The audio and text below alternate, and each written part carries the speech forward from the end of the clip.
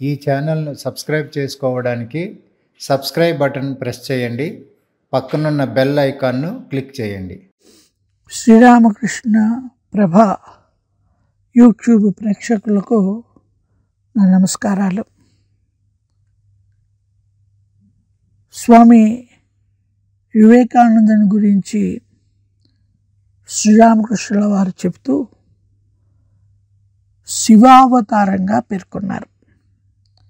శివాంశ సంభూతుడే వివేకానందుడు. ఆయన జీవితంలో సంఘటనల ద్వారా మనకి ఈ సత్యం అవగతమవుతుంది. ఒక సందర్భంలో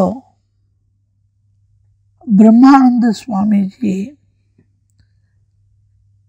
వారణాసి వెళ్ళి తాను వారణాసిలోనే స్థిరపడాలి అని నిర్ణయించుకుంటారు. కారణం, అక్కడ గంగా నది ఉన్నది, కాశీ విశ్వనాథుడు ఉన్నాడు. అందువల్ల అక్కడి నుంచే తన కార్యక్రమాన్ని నడపాలి అనేటువంటిది బ్రహ్మానంద స్వామీజీ యొక్క ఉద్దేశ్యం. వివేకానంద స్వామీజీ బేలూరు మఠం వచ్చినప్పుడు ప్రేమానంద స్వామీజీని అడుగుతారు, రాజా మహారాజు ఎక్కడా? అప్పుడు ప్రేమానంద స్వామీజీ ఆయనకి విషయాన్ని చెప్తూ, నేను కాశీలోనే ఉంటాను, అక్కడ గంగా నది ఉన్నది, శివుడు ఉన్నాడు, నేను ఇక్కడే ఉంటాను అని అన్న విషయాన్ని ప్రేమానంద స్వామీజీకి చెప్తారు. అప్పుడు బ్రహ్మానంద స్వామీజీ బేలూరు మఠం అధ్యక్షులుగా ఉండేవారు.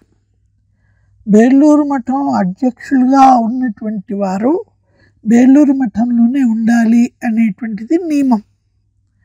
ఏ రకంగా అయినా బ్రహ్మానంద స్వామీజీని మరలా బేలూరు మఠం రప్పించాలి అన్న ఉద్దేశంతో స్వామీజీ ప్రేమానంద స్వామీజీని పిలిచి చెప్తారు, నువ్వు కాశీకి వెళ్ళు, బ్రహ్మానంద స్వామీజీకి చెప్పు, బేలూరు మఠంలో గంగానది ఉన్నది, శివుడు కూడా ఉన్నాడు అన్న విషయాన్ని చెప్పు అని అంటే, ప్రేమానంద స్వామీజీ ఆ రకంగానే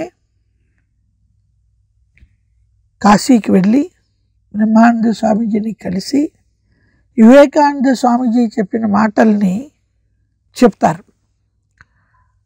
బేలూరు మఠంలో గంగా నది ఉన్నది, శివుడు కూడా ఉన్నాడు అని అంటారు. అంటే వెంటనే బ్రహ్మానంద స్వామీజీకి అర్థమవుతుంది, స్వామీజీ అక్కడ ఉన్నారు, ఆయనే శివుడు, అదే మాదిరి గంగా నది కూడా ఉన్నది అని నిర్ణయించుకొని బ్రహ్మానంద స్వామీజీ బేలూరు మఠం రావడం జరుగుతుంది. అదే మాదిరి మరొక సందర్భంలో స్వామీజీ తన గదిలో నిద్రిస్తూ ఉండగా పక్క గదిలో ఉన్నటువంటి మహాపురుష్ మహారాజ్కి కొన్ని శబ్దాలు వినపడతాయి. ఏమిటో ఆ శబ్దాలు అని చెప్పి కొంచెం తలుపు తెరిచి చూసినప్పుడు ఆయనకి కైలాసంలో ఉండే ప్రమథ గణం వివేకానంద స్వామీజీ చుట్టూ కూర్చొని ఉండడం కనపడుతుంది. వెంటనే ఏమి తెలియనట్లుగా తలుపును అలాగే వేసి మర్నాటి రోజు వివేకానంద స్వామీజీని అడుగుతారు, తాను చూసింది నిజమేనా అని. అప్పుడు ఆయన ఉటంకిస్తారు, అవును అని. ఈ రెండు విషయాల ద్వారా మనకి అర్థమవుతుంది, వివేకానంద స్వామీజీ సాక్షాత్తు శివాంశ సంభూతుడు, శివుడే వివేకానందుడు అన్న విషయం మనకి అర్థమవుతుంది. అందువల్లనే మానవ మాతృలకు సాధ్యం కాని అనితర సాధ్యమైనటువంటి అద్భుతమైనటువంటి కార్యాలను వివేకానంద స్వామీజీ అతి కొద్ది సంవత్సరాలలో పూర్తి చేయగలిగారు. వివేకానంద స్వామీజీ వంటి మహాత్ములు వారు ఏ విషయాన్ని అయితే ఆ కాలంలో చెప్పారో అది ఈరోజు కూడా అది ఆచరణ యోగ్యమైనటువంటిది. ఈరోజు ప్రపంచం యావత్తు వివేకానందుని వైపు చూస్తూ ఉన్నది, ఆయన మాటల వైపు చూస్తూ ఉన్నది. 1500 సంవత్సరాలకు కావలసినంత విషయాన్ని వివేకానందుడు మనకు అందించి వెళ్ళాడు. ఉన్నతమైనటువంటి స్థితిలో ఉండే మహాత్ములకు ఉండేటువంటి వారు వర్తమాన కాలము మాత్రమే వారికి ఉంటుంది, భూత భవిష్యత్ కాలాలు వాళ్ళకు ఉండవు. మనలాంటి సాధారణమైనటువంటి వారికి మాత్రమే భూతకాలము, భవిష్యత్ కాలము, వర్తమాన కాలము అని ఉంటాయి.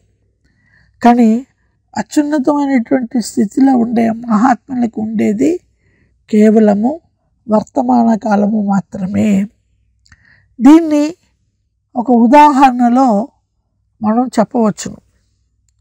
ఒక వ్యక్తి ఒక పొడవైనటువంటి కొబ్బరి చెట్టు ఎక్కాడు.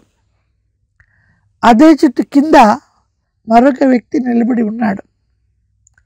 ఈ క్రింద ఉన్నటువంటి వ్యక్తి కొంత దూరము మాత్రమే చూడగలడు, కానీ ఆ పైన ఉన్నటువంటి వ్యక్తి చాలా దూరము చూడగలడు.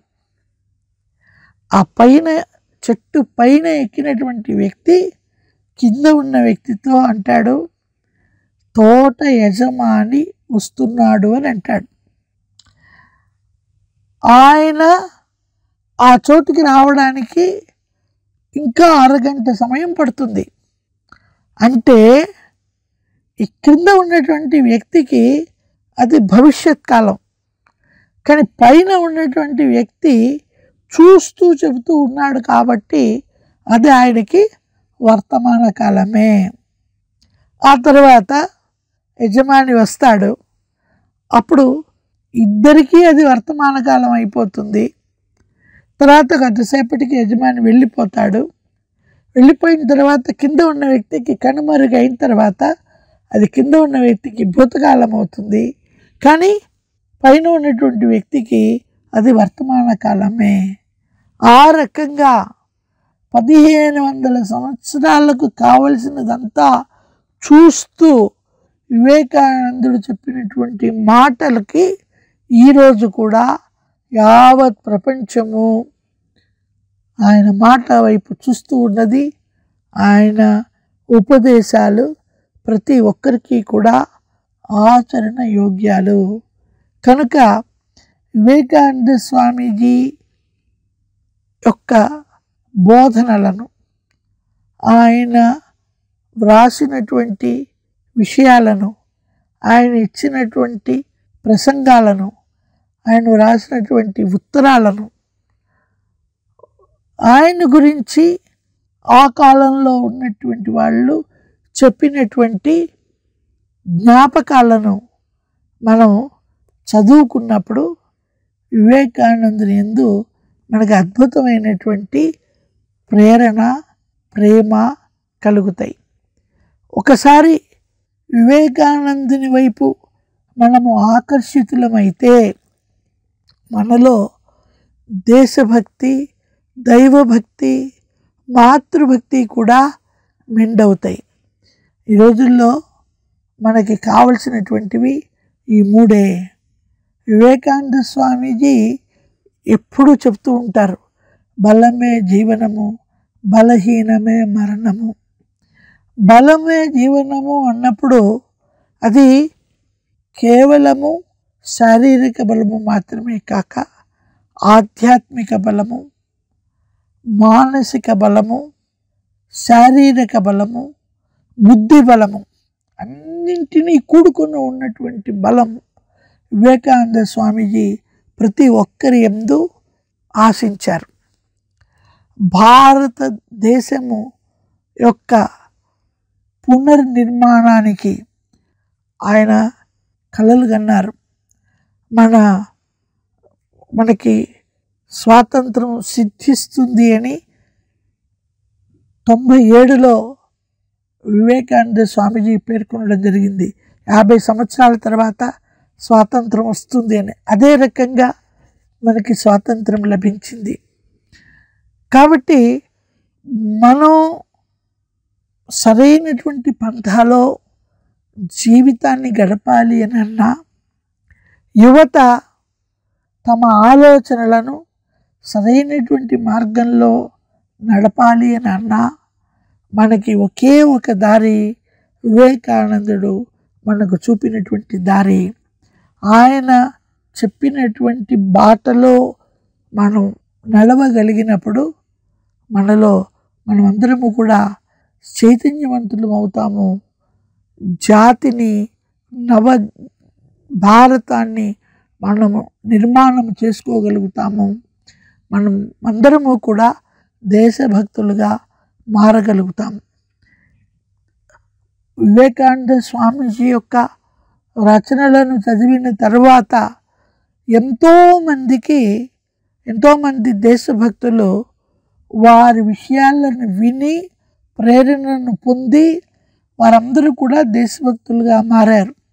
ఈరోజు మనకి కావలసినటువంటిది దేశభక్తి. అటువంటి దేశభక్తి మనలో కలగాలి అని అంటే మనం వివేకానందుని శిష్యులుగా మనం మారాలి. ఇలాంటి మరెన్నో కథలు, కథనాల ద్వారా వ్యక్తిత్వానికి మెరుగులు దిద్దుతున్న శ్రీ రామకృష్ణ ప్రభ మాసపత్రికను చదవండి, చదివించండి. వివరాలకు శ్రీ రామకృష్ణ ప్రభ, రామకృష్ణ మఠం, దోమలగూడ, హైదరాబాద్ 5,29,000. ఫోన్ 8801849494.